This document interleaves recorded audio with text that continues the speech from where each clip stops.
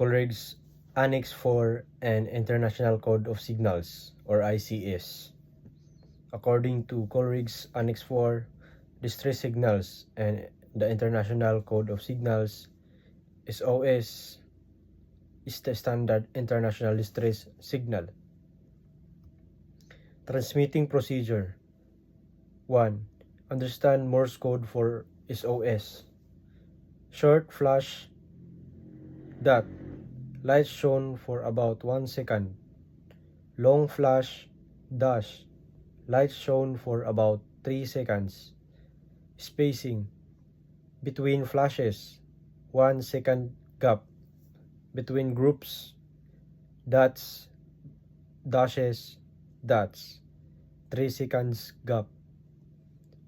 Repeat the full sequence continuously every 1 minute or until a response is seen.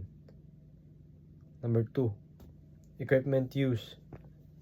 Searchlight, signal lamp, Aldi's lamp, or any bright directional light must be visible from all directions or directed toward vessels or aircraft and shore.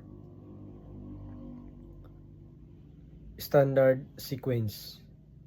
Repeat non-stop, clearly and slowly enough to be recognized. 4. Coleridge's rule. This signal means I am in distress and require immediate assistance.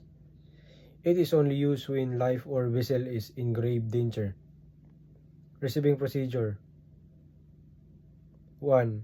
Recognition. Watch for repeating pattern. 3 short, 3 long, 3 short. This is universally recognized as distress. No other signal uses this exact sequence. 2. Action upon receiving. Acknowledge immediately. Send R, short, long, short, or repeat the SOS pattern back to confirm receipt. 3. ICS reference. In International Code of Signals, the letter SOS is defined only for distress. It cannot be used for other purpose. Key rules to follow. Never send SOS unless actual distress exists. False signals are illegal and dangerous.